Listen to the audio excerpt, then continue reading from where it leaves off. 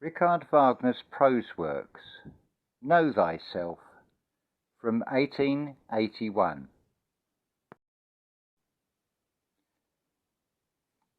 Know Thyself by Richard Wagner, translated by William Ashton Ellis. The essay is taken from Richard Wagner's Prose Works, Volume 6, Religion and Art. Published in 1897. Original title information, Erkenner dich selbst. Published in 1881 in the Sämtliche Schriften und Dichtungen, Volume 10.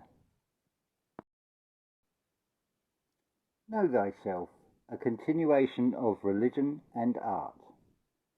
Great Kant taught us to postpone the wish for knowledge of the world to criticism of man's power of knowledge. If we thus arrived at the most complete uncertainty about the reality of the world, Schopenhauer next taught us to draw the most infallible conclusions as to the world in itself from a farther, reaching criticism no longer of our mental faculties, but of that will in us which goes before all knowledge. Open quote, know thyself, and thou hast read the world, end quote, the Pythia said. Open quote, look round thee, all of this art thou, end quote, the Brahmin. How totally these lessons of ancestral wisdom have been lost to us, we may judge by their having to be rediscovered after tens of centuries by Schopenhauer treading in the shining wake of Kant. For if we view the present state of all our sciences and statecraft, we find them void of any true religious core, and simply wed to a barbaric babbling to which 2,000 years of practice have given a well-nigh venerable aspect in the people's purblind eye. Whoever finds that know thyself applied to any rating of the world? Not one historic action do we know that betrays this doctrine's influence on the transactors. We strike away at what we know not, and should we haply hit ourselves, we think another struck us. Who has not witnessed this once more in the present stir against the Jews, let us say, when looked at in light of that doctrine? What has given the Jews their now so dreaded power among and over us, no one man seems to stop and ponder, or if he goes into the question, he seeks no further than the facts and phases of the last 10 years, or at most a few years earlier. Nowhere can we trace as yet an inclination to a deeper search into ourselves. In this case, to a thorough criticism of the will and spirit of all that conglomerate of nature and civilization which we, for instance, call the German. Yet the movement here alluded to perhaps is more adapted than any other to set us marvelling at ourselves. In it we seem to see the late reawakening of an instinct that appeared extinct. A man who some 30 years ago drew notice to the Jews' inaptitude for taking a productive share in our art, and felt impelled to renew that attempt just 18 years thereafter. And there is a footnote here.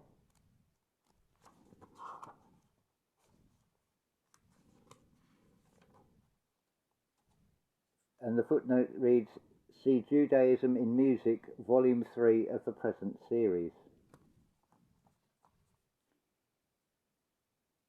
I'll just read that sentence again. A man who some 30 years ago drew notice to the Jews' inaptitude for taking a productive share in our art, and felt impelled to renew that attempt just 18 years thereafter, was met by the utmost indignation of Jews alike and Germans.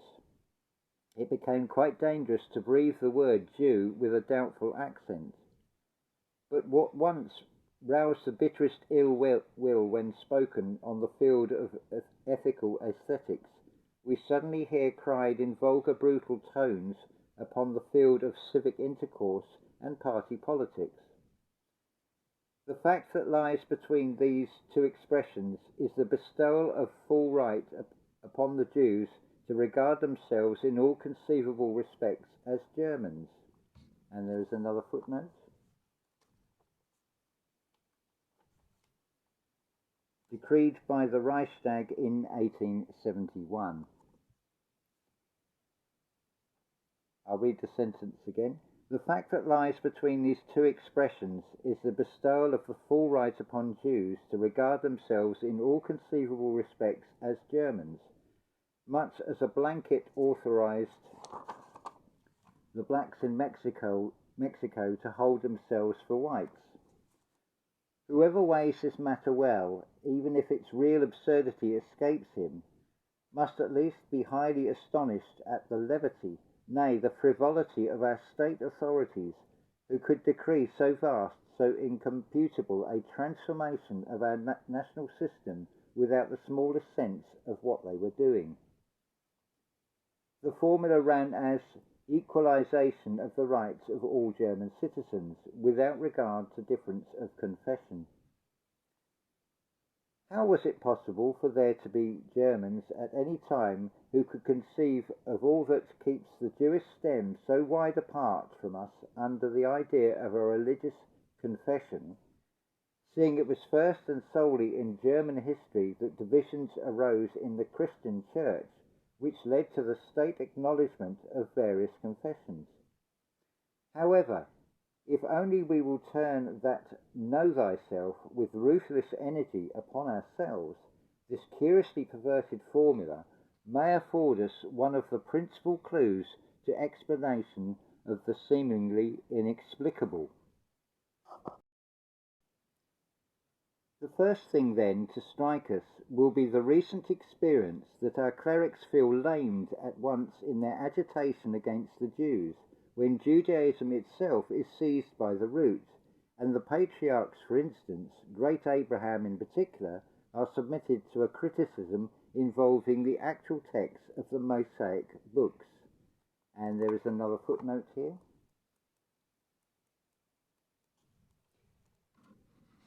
And the footnote reads, it was not very long before this was written, the year 1881, that biblical critics began to turn their attention from the New to the Old Testament. End of footnote. At once the groundwork of the Christian Church, its positive religion, seems to reel beneath their feet. A Mosaic confession is recognized, and its adherents are accorded the right to take their place beside us, to examine the credentials of a second revelation through Jesus Christ, whom even in the opinion of the late English Prime Minister they regarded as one of their countless minor prophets, whom we have made by far too much ado. To tell the truth, it will fall hard to prove by the aspect of the Christian world and the character of the culture shed upon it by a church so soon decayed, that the superiority of the revelation through Jesus Christ to that through Abraham and Moses, in spite of its dispersion, the Jewish stock has remained one whole with the Mosaic laws to this very day, whereas our culture and civilization stand in the most crying contradiction to Christ's teaching. To the Jew who works the sum out, the outcome of this culture is simply the necessity of waging wars, together with the still greater one of having money for them. Accordingly, he sees our state society divided into a military and a civil class. As it is a couple of thousand years since he did anything in the military line, he devotes his knowledge and experience with great gusto to the civil class, for he observes that this must find the money for the military, and in that affair his talents have been turned to highest virtuosity. Now, the astounding success of our resident Jews in the gaining and amassing of huge stores of money has always filled our military state authorities with nothing but respect and joyful admiration, so that the present campaign against the Jews seems to point to a wish to draw the attention of those authorities to the question, where do the Jews get it from? The bottom of the whole dispute, as it appears to us, is property, ownership, to which we suddenly perceive to be in jeopardy, notwithstanding that each outlay of the state has the look of aiming more at the insurance of possession than anything else. If the application of "Know Thyself" to our Church's religious dissent would turn out poorly for our case against the Jews, the result will be no less unfavourable if we investigate the nature of the only thing our state systems understand by possession before endeavouring to secure it from the Jews' encroachments. Property has acquired an almost greater sacredness in our social conscience than religion. For offence against the latter there seems lenience, for damage to the former no forgiveness, since property is deemed the base of all stability. The more's the pity that not all are owners, that in fact the greater proportion of society comes disinherited into the world. Society is manifestly thus reduced by its own principle to such a perilous inquietude that it is compelled to reckon all its laws for an impossible adjustment of this conflict and protection of property, for which in its widest international sense the weaponed host is specially maintained, can truly mean no else than a defence of the possessors against the non-possessors.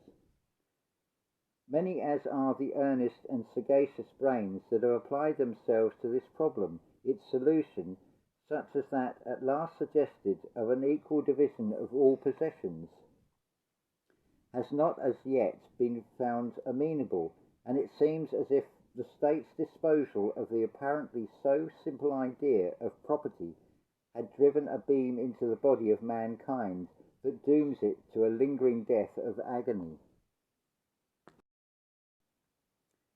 As the historic origin and evolution of our state seems worth a close examination in any verdict on their character, since thence alone do rights and conditions of right appear deducible, so the inequality of possession, nay, its total absence in one greater section of the state's constituents, as result of the latest conquest of a country, for example, of England by the Normans, or of Ireland in turn by the English, should be matter for explanation, and if need be, for vindication also.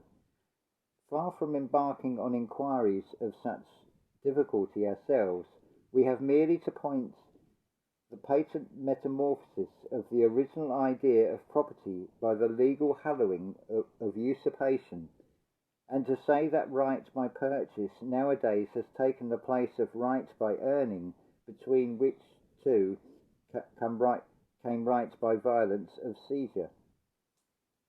Clever though be the many thoughts expressed by mouth or pen about the invention of money and its enormous value as a civilizer, against such praises should be set the curse to which it has always been doomed in song and legend.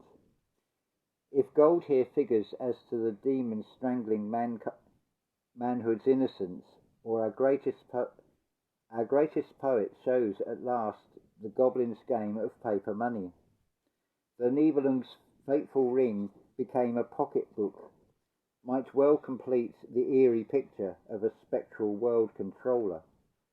By the advocates of our progressive civilization, this rulership is indeed regarded as a spiritual, nay, a moral power, for vanishing faith is now replaced by credit, that fiction of our mutual honesty kept upright by the most elaborate safeguards against loss and trickery. What comes to pass beneath the benedictions of this credit we now are witnessing, and seems inclined to lay all blame upon the Jews. They certainly are virtuosi in an art which we but bungle. Only the coinage of money out of nil was invented by a civilization itself, or if the Jews are blamable for that, it is because our entire civilization is a prosaic medley, in no wise a Christian creation. A little self-knowledge on this point, methinks, would not come amiss to the representations of the Church themselves, particularly when combating the seed of Abraham, in whose name they still go on to claim fulfilment of certain promises of his Jehovah. A Christianity which has accommodated itself to the brute violence of every ruling power in the world might find itself, when turning from the raging to the reckoning beast of prey, outmatched in cleverness and cunning by its foe. Wherefore there is little present hope of special welfare from the support of either our Church or our state authorities. However, an inner motive plainly lies at the bottom of the present movement, little as it may be evinced by the behaviour of its leaders so far. We expressed our belief above that this motive was the reawakening of an instant lost to the German nations. People speak of an antagonism of races. In this sense, we should have fresh cause for self-inspection, as it would necessitate our defining the relationship of certain given breeds of man to one another. Here it would probably have to be recognized at the outset that, in talking of a German race, it would be very difficult, nay, well nigh impossible, to compare it with a race so strongly pronounced and still unaltered as the Jewish. When learned men debate the relative value of mixed or purebred races for the evolution of mankind, the decision must surely hinge on what we mean by man's developmental progress. The so-called romantic nations, and the English too, are praised as hybrid stocks that obviously surpass in culture progress the peoples of a happily pure Germanic breed. On the other hand, if one declines to be blinded by the glamour of this culture and civilization, and seeks the welfare of mankind in its bringing to birth of great characters, one finds that these will rather come to light, nay, almost solely in purebred races, where it seems that the still unbroken nature force of race at first makes up for every higher human virtue yet unformed, and only to be won through life's sore trials by that of pride. This peculiar pride of race that still gives us in the Middle Ages such towering characters as princes, kings and kaisers, may be met even today in the old nobility of German origin, although in unmistakable degeneration, and that degeneration we should have to take seriously into account if we wish to explain the fall of the German folk, now exposed defenceless to the inroads of the Jews. For this, the proper course might be to first recall the unexampled devastation which Germany suffered through the 30 Years' War. After, by far the greater part of the male population had been rooted out of town and country, while the female had been violated to no less a degree by Walloons, Croats, Spaniards, French and Swedes, the relatively little injured nobles may scarcely have felt themselves one racial body with the remnant of this decimated people. That feeling of community we still find markedly expressed in many a preceding epoch, and then it was the true patrician families that contrived to reillume the proper spirit after serious diminution of the nation's substance. This we may see in the revival of Germanic races by new offshoots from the parent stock, when tribal migration had robbed the homestayers of their first heroic clans. We see it in the resuscitation of the German language by patrician poets of the Hohenstaufen era, after monkish Latin had become the only medium of gentility, whereas the spirit of their poetic thrust down to the peasants hut and shaped one wholly equal speech for folk alike and noble. And once again we see it in the stand against the outrage foisted on the German by the Church of Rome, when the example of its lords and princes led the folk to stout defence. 'Twas otherwise after the 30 Years' War. The nobles found no nation left to which to feel their kinship. The great monarchic powers shifted from the stricter seat of Germany towards the Slavic East. Degenerate slaves, decadent Germans form the soil of the 18th century's history, a soil to which the Jew might confidently migrate from a Poland and a Hungary such dry, since even prince and noble durst no longer be ashamed of doing business with him, for pride itself had just been pledged already, exchanged for vanity and greed. Though in recent days we see these last two traits of character adapted by the folk itself, our ancient relatives, the Swiss, can think of us no otherwise. And though the title German had thus been almost coined anew, yet this new birth still lacks too much to constitute a real rebirth of racial feeling, a thing that always finds its first expression in a settled instinct. Our nation, one might say, has not the natural instinct for that which suits it. For what becomes it, helps and furthers it. Estranged from itself, it dabbles in foreign manners. On none other have great and original spirits been bestowed, as on it, without its having known in time to treasure them. Yet, if the silliest news writer or political cheapjack but brazens out his lying phrases, it chooses him to represent its weightiest interest, whilst if the Jew comes tinkling with his bell of paper, it throws its savings at his feet, and will make him in one night a millionaire. The Jew, on the contrary, is the most astounding instance of that racial congruence even offered by world history. Without a fatherland, a mother tongue, midst every people's land and tongue, he finds himself again in virtue of the unfailing instinct of his absolute and indelible idiosyncrasy. Even commixture of blood does not hurt him. Let Jew or Jewess intermarry with the most distinct of races, a Jew will always come to birth. Not into the remotest contact is he brought with a religion of any of the civilized nations, for in truth he has no religion at all, merely the belief in certain promises of his God, which in no wise extend to a life beyond this temporal life of his, as in every true religion, but simply to the present life on earth, wherein his race is certainly ensure dominion over all that lives and lives not.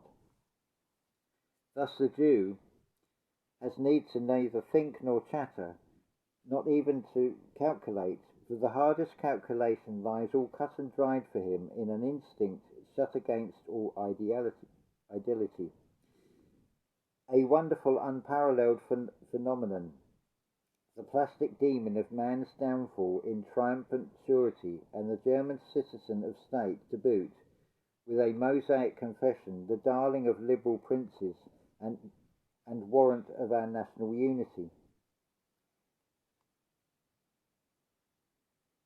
Despite the enormous disadvantage at which the German race, if we still may call it, appears to stand against the Jewish, we yet have ventured to suggest that the reawakening of the German instinct as one factor in the present agitation.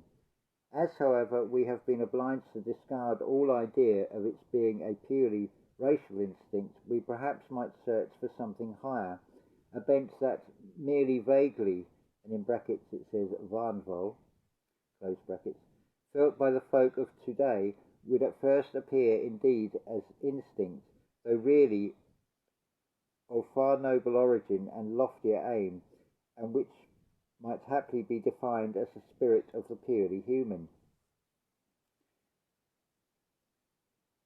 For the cosmopolitan proper, if such a man exists in fact, we probably should have little to expect for the solution of our problem.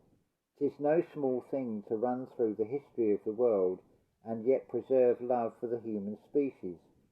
Here nothing but a rooted feeling of kinship with the immediate nation whence we sprang can serve to reknit the strands dissevered by a surety of the whole.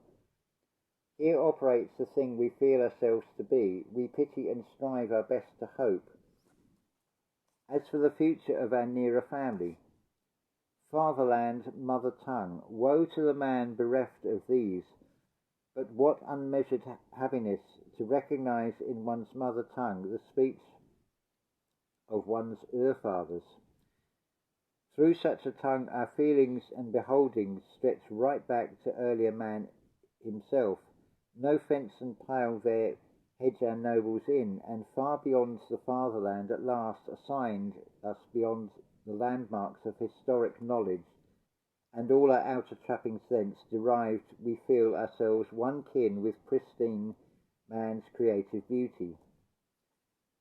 Such is our German language, the only heritage retained intact from our forefathers. Do we feel our breath fast quitting us beneath the pressure of an alien civilization? Do we fall into uncertainty about ourselves? We have only to dig to the roots in the true father soil of our language to reap at once a reassuring answer on ourselves, nay, on the truly human, and this possibility of always drawing from the pristine font of our own nature that makes us feel ourselves no more a race, no mere variety of man, but one of manhood's primal branches. 'Tis this that ever has bestowed on us great men and spiritual heroes, as to whom we have no need for trouble whether fashioners of foreign fatherless civilizations are to be I'll read that again. 'Tis this that ever has bestowed on us great men and spiritual heroes, as to whom we have no need to trouble whether fashioners of foreign fatherless civilizations are able to understand and prize them, whilst we again, inspired by the deeds and gifts of our forefathers, and gazing with unclouded eye, are able to rightly estimate those foreigners and value them according to the spirit of pure humanity indwelling in their work. For the sterling German instinct asks and seeks for nothing but this purely human, and through that search alone can it be helpful, not merely to itself, but to all that shews the pure and genuine under never so great disguise.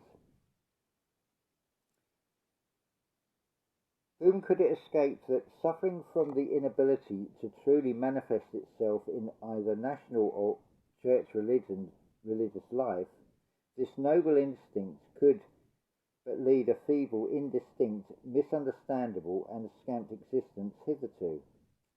In not one of these parties which aspire to guide the movements of our political or our intellectual national life, especially at the present day, does it seem to us, alas, to find a voice. Even the names they take proclaim them not of German origin, still less inspired by German instinct.